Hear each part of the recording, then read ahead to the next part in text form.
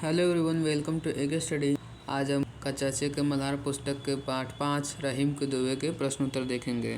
तो चलिए शुरू करते हैं।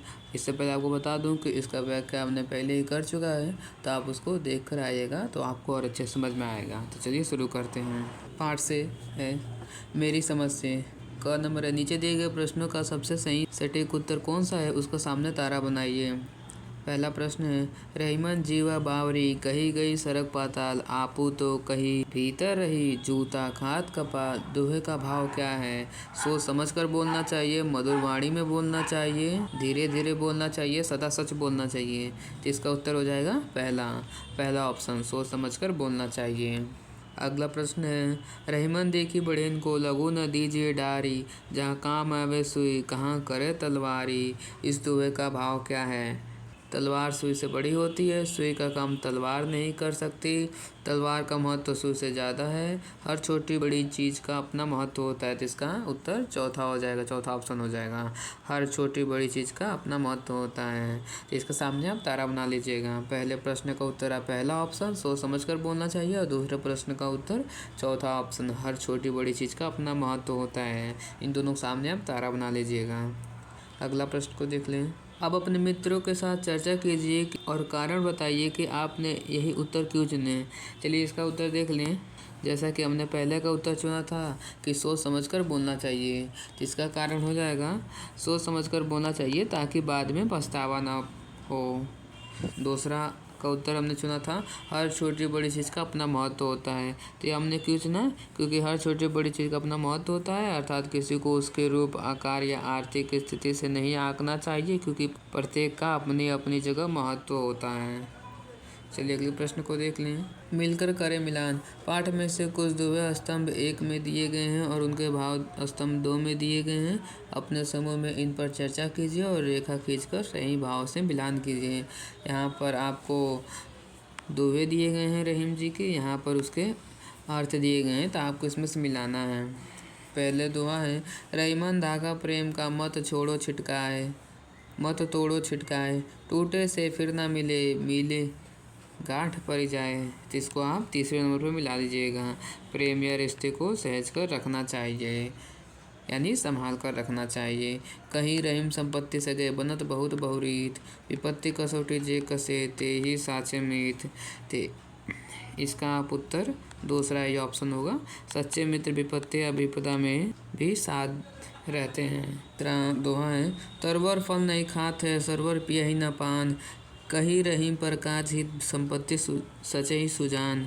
इसका पहले से मिलान कर लीजिएगा। सज्जन परहित के लिए ही संपत्ति संचित करते हैं। अगले प्रश्न को देख लें। पंक्तियों पर चर्चा है। नीचे दिए गए दोहे पर समूह में चर्चा कीजिए और उनके अर्थ या भावार्थ अपने लेखन पुस्तिका में लिखिए। इसका हमने पहले ही भावार्थ समझ चुका है, तो चलिए एक बार फिर से इसको देख लेते हैं। पहला दोहा है, रहीमन विपदा हो भली जो थोड़े दिन होए, हित अनहित या जगत में जानी परत सब कोय। चलिए इसका भावार्थ देख लें। पहले का भावार्थ हो जाएगा, रहीम दास का मानना है कि थोड़े दिन की विपदा भी भली होती है, जो हमें यह बता देती है कि संसार में कौन हमारा हितैषी है और कौन अहितैषी है, अर्थात हमारा मुश्किल में साथ देने वाला है और कौन नहीं है। अगला दोहा है, रहीमन जीवा बावरी कही गई सड़क पाताल, आपू तो कहीं भीतर रही जूती खात कपाल। इसका भावार्थ होगा, रहीम दास का कहना है कि हमारी जीव बिल्कुल बावरी अर्थात पागल है जैसी होती है। यह कई बार ऐसा कुछ बोल जाती है कि दिमाग को जूते खाने पड़ते हैं, अर्थात मनुष्य को पछताना पड़ता है। अगले प्रश्न को देख लें। सोच विचार के लिए दोहे को एक बार फिर से पढ़िए और निम्नलिखित के बारे में पता लगाकर अपनी लेखन पुस्तिका में लिखिए। रहीमन धागा प्रेम का मत तोड़ो छिटकाए, टूटे से फिर न मिले, मिले गांठ पड़ जाए। इस दोहे में मिले के स्थान पर जुड़े और छिटकाए के स्थान पर चटकाए शब्दों का प्रयोग भी लोक में प्रचलित है। जैसे रहीमन धागा प्रेम का मत तोड़ो चटकाए, टूटे से फिर न जुड़े, जुड़े गांठ पड़ जाए। इसी प्रकार पहले दो में डारी का स्थान पर डार, तलवारी का स्थान पर तलवार और चौथे दोहे में मानुस का स्थान पर मानस का उपयोग भी प्रचलित है। ऐसा क्यों होता है, इसका आपको कारण बताना है। चलिए इसका कारण देख लें। डारी का स्थान पर डार, तलवारी का स्थान पर तलवार, मानुष का स्थान पर मानस आदि का शब्दों का प्रयोग थोड़ी सी दूर पर बोली बदल जाने के कारण होता है। अगले प्रश्न को देख लें। इस दुवे में प्रेम के उदाहरण में धागे का प्रयोग में ही क्यों किया गया है? क्या आप धागे के स्थान पर कोई अन्य उदाहरण सुझा सकते हैं? अपने सुझाव का कारण भी लिखिए। चलिए इसको देख लें। कवि ने प्रेम के टूटने को धागे द्वारा दर्शाया है कि जिस प्रकार धागा एक बार टूट जाए तो उसे जोड़ने के लिए गांठ लगानी पड़ती है, ऐसे ही प्रेम संबंधों में दरार आ जाए तो भले ही उन्हें फिर से जोड़ लिया जाए परंतु मनमुटाव रह ही जाता है। इसे हम अन्य उदाहरण द्वारा भी समझ सकते हैं। यहाँ पर कुछ उदाहरण दिए गए हैं। नदी के जल से एक लोटा पानी ले लिया जाए तो उन्हें दोबारा नदी में मिलाया तो जा सकता है, परंतु उसे उसकी सहोदर यानी मित्र बूंदों से नहीं मिलाया जा सकता है। ऐसे ही किसी से संबंध अगर टूट जाए तो दोबारा वैसे नहीं बन पाते हैं। एक उदाहरण के तौर पर है कि आप इसका उपयोग कर सकते हैं धागा की जगह पर। एक टूटे हुए लकड़ी के डंडे को प्रयत्न करके सिल भी लिया जाए तो हमें पहले की भांति उसका प्रयोग नहीं कर सकते हैं, हर बार ध्यान से प्रयोग करना पड़ता है। तो यहाँ पर उदाहरण दिए गए हैं। चलिए अगले प्रश्न को देख लें। तरवर फल नहीं खात है, सरवर पिए ही न पान, कही रहीम प्रकाज हित संपत्ति सचई सुजान। इस दुआ में प्रकृति के माध्यम से मनुष्य के किस मानवीय गुण की बात की गई है? प्रकृति से हम और क्या क्या सीख सकते हैं? आपको इसका उत्तर देना है। चलिए इसका उत्तर देख लें। प्रकृति के माध्यम से इस दुनिया में मनुष्य के इस मानवीय गुण की बात की गई है कि जैसे पेड़ अपने फल नहीं खाते हैं, सरोवर अपना जल ग्रहण नहीं करते हैं, ऐसे ही सज्जन धन का संचय स्वयं के लिए न करके दूसरे की भलाई के लिए करते हैं। प्रकृति से हम और गुण भी सीख सकते हैं। जैसे उदाहरण के तौर पर है, नदिया के जल की भांति निरंतर आगे बढ़ना चाहिए। जिस प्रकार तपती गर्मी से बचाने के लिए वृक्ष छाया देती है, वैसे ही दूसरे के कठिन समय में हमें उनकी मदद करनी चाहिए। आप इसके प्रकृति से सीख सकते हैं। अगले प्रश्न को देख लें। शब्दों की बात। हमने शब्दों के नए नए रूप जाने और समझे, अब कुछ करके देखें। शब्द संपदा। कविता में आए कुछ शब्द नीचे दिए गए हैं। इन शब्दों की आपकी मातृभाषा में क्या कहते हैं? लिखिए। तरुवर। तरुवर का यहाँ पर अर्थ बताना है तो आप लिख देंगे। तरुवर का अर्थ पेड़ हो जाएगा। विपत्ति। विपत्ति का अर्थ कष्ट हो जाएगा। छिटकाए। छिटकाए का अर्थ तोड़ना। सुजान का मतलब होता है सज्जन। सरोवर का मतलब होता है तालाब। साचे का मतलब होता है सच्चे। कपाल का मतलब होता है सिर या दिमाग। चलिए अगले प्रश्न को देख लें। शब्द एक अर्थ अनेक। रहीमन पानी रखिए, बिनु पानी सब सोन, पानी गए न उबरे मोती, मानुष चून। इस दुनिया में पानी शब्द के 3 अर्थ है, सम्मान, जल, चमक। इसी प्रकार को सब नीचे दिए गए हैं। आप भी इन शब्दों के 3-3 अर्थ लिखिए। आप इस कार्य में शब्दकोश इंटरनेट शिक्षक या अभिभावक की सहायता भी ले सकते हैं। मतलब यहाँ पर कुछ शब्द नीचे दिए गए हैं, इनके 3 अर्थ आपको बताने हैं। जैसे कल, पत्र, कर, फल। तो कल का अर्थ 3 क्या हो जाएगा, इसे देख लें।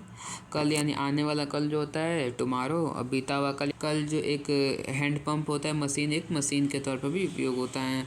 पत्र यानी पत्ता हो जाएगा। चिट्ठी हो जाएगी दल।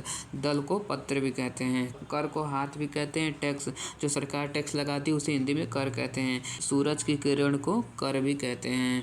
फल। फल यानी परिणाम।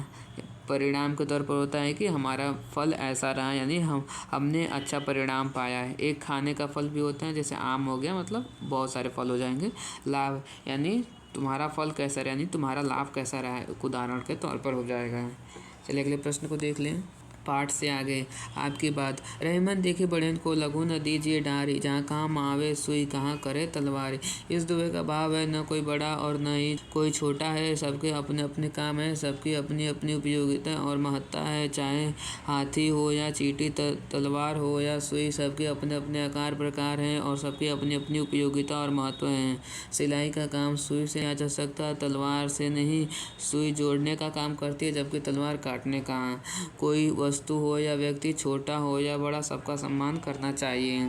अपने मनपसंद दुए को इस तरह की शैली में अपने शब्दों में लिखिए। दुआ पाठ से है या पाठ से बाहर का हो सकता है, मतलब आपको यहाँ पर दुआ लिखना है, इसी शैली में होना चाहिए, मतलब अर्थ इसका इसी प्रकार होना चाहिए। देख लें, एक दोहा लिख लेते हैं। आप चाहें तो आप कोई और दोहा लिख सकते हैं। बड़े बड़ाई न करे, बड़ों न बोले बोल, रहीमन हीरा कब कही, लाख मेरो टकई का मोल। रहीम दास जी कहते हैं कि जिनमें बड़प्पन होता है वे अपने बड़ाई स्वयं कभी नहीं करते, उनके कार्य ही उनके कौशल को दर्शा देते हैं। जैसे हीरा कितना भी बहुमूल्य क्यों न हो, लेकिन कभी अपने मुंह से अपने बारे में नहीं कहता है। हमें भी अपने गुणों को दर्शाना नहीं चाहिए, वे स्वतः ही हमारे कार्यों के माध्यम से सबके समक्ष आ जाते हैं। जैसे कुशल खिलाड़ी अपने खेल से, बावर्ची अपने स्वादिष्ट पकवानों से, अच्छा नर्तक अपने नृत्य से, श्रेष्ठ गायक अपने गायन से, प्रतिभाशाली विद्यार्थी अपने परिणाम से ही जाना जाता है। मतलब आपके काबिलियत पर आपकी पहचान होती है, इस तरह बताया गया है, ना कि आकार प्रकार से। अगला प्रश्न है सरगम। रहीम, कबीर, तुलसी, वृंद आदि के दोहे अपने दृश्य द्रव्य टीवी रेडियो माध्यमों से कई बार सुने होंगे। कक्षा में आपने दोहे भी बड़े मनोयोग से गाए होंगे। अब बारी है इन दोहों की रिकॉर्डिंग ऑडियो या विजुअल की। रिकॉर्डिंग सामान्य मोबाइल से की जा सकती है। इन्हें अपने दोस्तों के साथ समूह में या अकेले गा सकते हैं। यदि संभव हो तो वाद्य यंत्र के साथ भी गायन करें। रिकॉर्डिंग के बाद दोहे स्वयं भी सुने और लोगों को भी सुनाएं। यहाँ पर आपको एक एक्टिविटी करना है, तो आपको खुद से ये एक्टिविटी करिएगा। रहीम, वृंद, कबीर, तुलसी, बिहार आदि के दोहे आज भी जनजीवन में लोकप्रिय हैं। दोहे का प्रयोग लोग अपनी बात पर विशेष ध्यान दिलाने के लिए करते हैं। जब दोहे समाज में इतने लोकप्रिय हैं तो क्यों न इन दोहों को एकत्र करें और आत्यांशरी खेलें। अपने समूह में मिलकर दोहे एकत्र कीजिए। इस कार्य में आप इंटरनेट, पुस्तकालय और अपने शिक्षकों या अभिभावक की सहायता भी ले सकते हैं। मतलब दोहा लिखना है, मतलब ये आपको एक्टिविटी के तौर पर दिया गया है, आप ये खुद से करिएगा। आज की पहेली। दो अक्षरों का मेरा नाम, आता हूँ खाने के काम, उल्टा होकर नाच दिखाऊं, मैं क्यों अपना नाम बताऊं। ये आपको चना हो जाएगा, चना। दूसरा पहेली होगा। एक किले के दो ही द्वार, उनमें सैनिक लकड़ीदार, टकराए जब दीवारों से, जल उठे सारा संसार। ये माचिस हो जाएगा, खोजबीन के लिए। रहीम के कुछ अन्य दोहे पुस्तकालय, इंटरनेट की सहायता से पढ़े, देखे व समझे। ये आपको एक्टिविटी करना है, तो आप ये खुद से करिएगा। तो यह था हमारा पाठ। रहीम के दोहे के प्रश्न उत्तर हमने कर चुके हैं। तो आप सभी का बहुत बहुत धन्यवाद इस वीडियो को लास्ट तक देखने के लिए।